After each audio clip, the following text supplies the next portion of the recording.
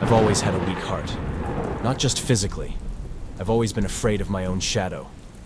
It was unsurprising when the doctors told me my heart murmur wasn't just a heart murmur. A year of tests, a year of therapy, constant trips to the hospital, and I was finally told that it had all been for nothing. My poor, weak heart wouldn't last till Christmas. It's a strange thing being told that you're dying. I didn't come to terms with it at first. I drank and I spent my money. I did reckless, stupid things because I was so damn scared. Then I got the news that a young woman called Laura had been declared brain dead, and that I, the lucky chosen one, would be getting a brand new heart a week later. I drove to the hospital slowly, carefully, and readied myself for the ordeal that was to come. As I was laying in bed on the last night, the thought of Laura swirled around in my head, and it wouldn't leave me alone. It was like her name was in flashing lights every time I closed my eyes. It was wrong. I know it was. But I had to see the woman who was giving me her heart. It didn't feel right not to put a face to the one who was saving my life. I knew her name. I knew what ward she was staying on. I had overheard the two nurses discussing it. I wandered down the meandering hallways until I found what I was looking for, taking my time, making sure I didn't miss any name. I guess I had time on my hands now. In the second-to-last room, she lay in bed. A woman sat on the bed next to her, holding her hand, and my own weak heart stuttered. "Excuse me." I had no idea what to say to her. "I'm Jenna.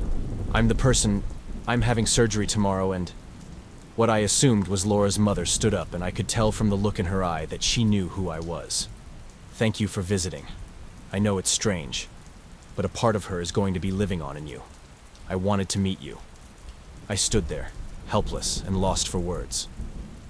Laura's mother beckoned me over. "Please," she said, "don't feel uncomfortable. It's what she would have wanted." I sat on the chair next to Laura. "How did she—" I broke off. It was too awful to ask. Laura's mother gave me a thin smile. She was a care worker, looked after battered wives, abused women. Last month she met a guy and, well, I suppose years of training can't help you when you're in love. She ignored the warning signs, and he killed her. She dedicated her life to those who needed her. Laura's mother looked down. I don't know why I did it, but I reached over and held Laura's hand. I squeezed it. "I'm so sorry. I had a boyfriend once who... he was like that too. Someone like Laura convinced me to leave." Laura's mother gave me another half smile. I could see the tears in her eyes. Then Laura squeezed my hand, tightly. She gripped me so hard that her fingernails dug into my skin. I recoiled, a look of horror on my face. Laura's mother looked at me calmly. She squeezes my hand sometimes as well. I think the doctors called it muscle spasms. Either way, there's none of Laura left in there anymore. I looked at the small crescent moons that had just started to bleed on the palm of my hand. The surgery went perfectly. I was wheeled to the recovery suite after it was over and done with, the raised wound on my chest covered by gauze. It was better if I didn't see it, I thought. I didn't need any more heart issues. I spent the first day doped up on the pain medication, eating only a little and sitting up maybe 2 times. It was a long process, they reassured me. Laura's mother came to visit me the day before I was due to leave. Her calm demeanor hadn't wavered, but I could see that she was suffering. She looked 10 years older, and her hands shook when she gave me a hug. "When are you going home?" "Tomorrow," I told her. "Please, come visit whenever you want." I started to jot down my address for her, when out of the corner of my eye, a flash of blonde disappeared through the doorway. The same brilliant blonde as Laura's hair. Ouch! I cried out suddenly. It felt like someone had sharply squeezed my hand so hard it had almost crushed the bones. Laura's mother rushed to my side, a look of concern in her eyes. "What's wrong? Is it your heart?" She stumbled over the last words, coming to terms with what she had said. I tried to reassure her and said I'd let the doctors know, and she left with a look of worry on her face. When I looked down, a new set of crescent fingernail marks were below the ones that Laura's had made. 10 identical bleeding smiles. The taxi ride home was short, and before I knew it, I was back in my own flat. It felt strange to try and slot back into where I had left off. My life had been almost over the last time I had been here. I I looked over the mess and the cardboard boxes, the remnants of one night where I had tearfully tried to pack and store my belongings so my parents wouldn't have to do it when I died. Laura's heart beat so strongly it felt like it would come out of my chest. It did this all the time, and I realized this was what a healthy heart must feel like. So why couldn't I shake my feeling of unease? That night, I had a dream. Laura was in her hospital bed, but her mother was gone. I could hear my heart, Laura's heart, beating in my eardrums so loudly it was painful. I tried to cover them, but my hands were pinned to my sides. Some unexplainable force was moving me towards the motionless figure of Laura on the bed. Her lips were blue, and the window had come open, whipping her blonde hair around her face. I was almost on top of her when her eyes flew open. They were milky white, the eyes of someone dead. Get out! She rasped, her voice guttural. I could hear the heartbeat faster and faster, drumming until I thought I couldn't take it anymore. Then I woke up. The sound had been real. Laura's heart was so loud it felt like it would rupture my eardrums, and I screamed in agony, trying to cover my ears.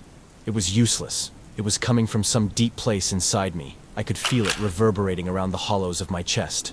I stumbled out of bed, gasping for air, and tried to find my phone. I needed to call someone, anyone, an ambulance or my mom, anyone that would pick up. Get out!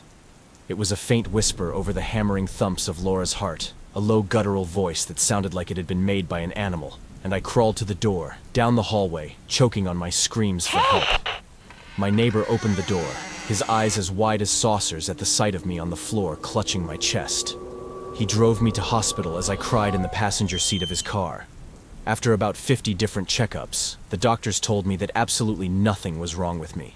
They told me my heart was regular, my blood pressure was normal, and that everything was going just swimmingly. I stood in the waiting area, wallowing in my shame and frustration. That heart didn't belong to me. My phone buzzed on the counter. An unknown number. Great. That was all I needed. More unexplained, scary things, like a stranger on the end of the phone. My voice sounded small on the line. Hello? Good morning. This is the Thames Valley Police. We've called to report an incident that occurred in your flat at around 1:30 a.m. today. I felt a wave of embarrassment. I'm so sorry. I recently had surgery and I wasn't feeling well. I had to have my neighbor drive me to the hospital, and I think I panicked a little in the hallway before I left. There was a small silence on the other end of the phone. I'm afraid this is something you might want to be sitting down for. I felt Laura's heartbeats, strong and calm. There was an incident of forced entry by Mr. Samuel Matthews. According to our police records, he's your ex-partner, and you filed a restraining order against him in September 2017. My blood ran cold. I did. He's in police custody. We found an automatic weapon on him, and we believe he had the intent to harm you. We have an officer currently stationed at your flat who can fill you in depending on how long your hospital stay will be. I thanked him and hung up the phone. For a moment, I leant against the wall, the horror slowly spreading over me. If I had been in my flat 10 minutes later, he would have found me. Laura's heartbeats filled my ears again, but now they were gentle, calming. Her mother said she dedicated every part of her to helping those who needed it. I put both my hands on my chest, overwhelmed by my own gratitude, and listened to Laura.